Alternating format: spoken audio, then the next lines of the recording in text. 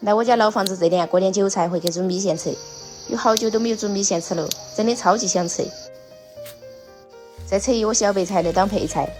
昨天我还在说有好久都没有下雨了，结果昨天晚上就下了一场大雨，把我的高粱都吹断了。在我们这边有一种说法，就是高粱还有黑桃要过了白露才能吃，我也不晓得为啥子。这一根是被风吹断了的，我已经迫不及待的想尝下它有没有甜。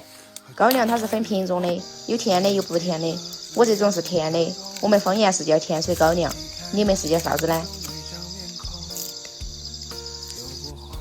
这就是我们小时候的水果，在我心目中它永远是最好吃的，吃起来甜是甜了，不过都说要过了白露才能吃，我现在就把它吃了，不晓得会不会咋个样呢？这个籽我本来不想要了的，但是掐开里面都已经老了，我还是给它留着吧，要不然明年就断种了。吃一包米线的泡起，我是用的大概50-60度的温水来泡的，开水的话会把它烫得很软，等下再煮一遍它就更软了，如果不煮的话好像又有点硬，用温水来随便烫下就可以了。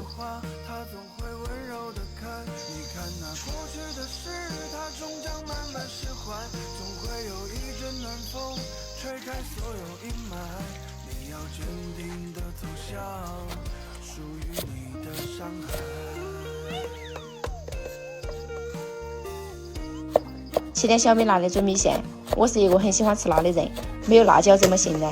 再拍一点大蒜，最后再切一点腊肉，等下用来炒米线汤。先给它切成块，然后再切成丝。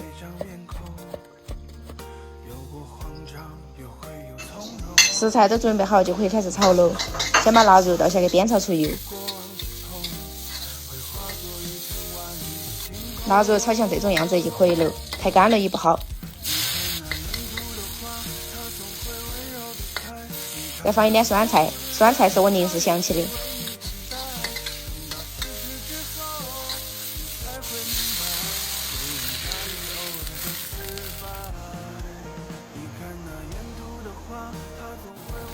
汤烧开，先把白菜放下去煮熟，然后再放米线。米线只需要烫下就可以了，因为这个米线它是纯大米做的，没有添加淀粉，它就没有那么的耐煮。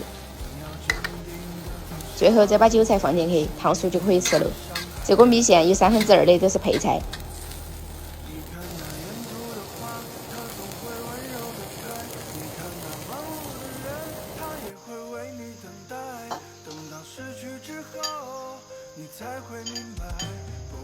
刚才没有放海椒面，现在放一点我自己做的腊肉油海椒，还有花椒油。最近太热了，我也没有去收入，然后油海椒也没有做，等凉快一些了我再做。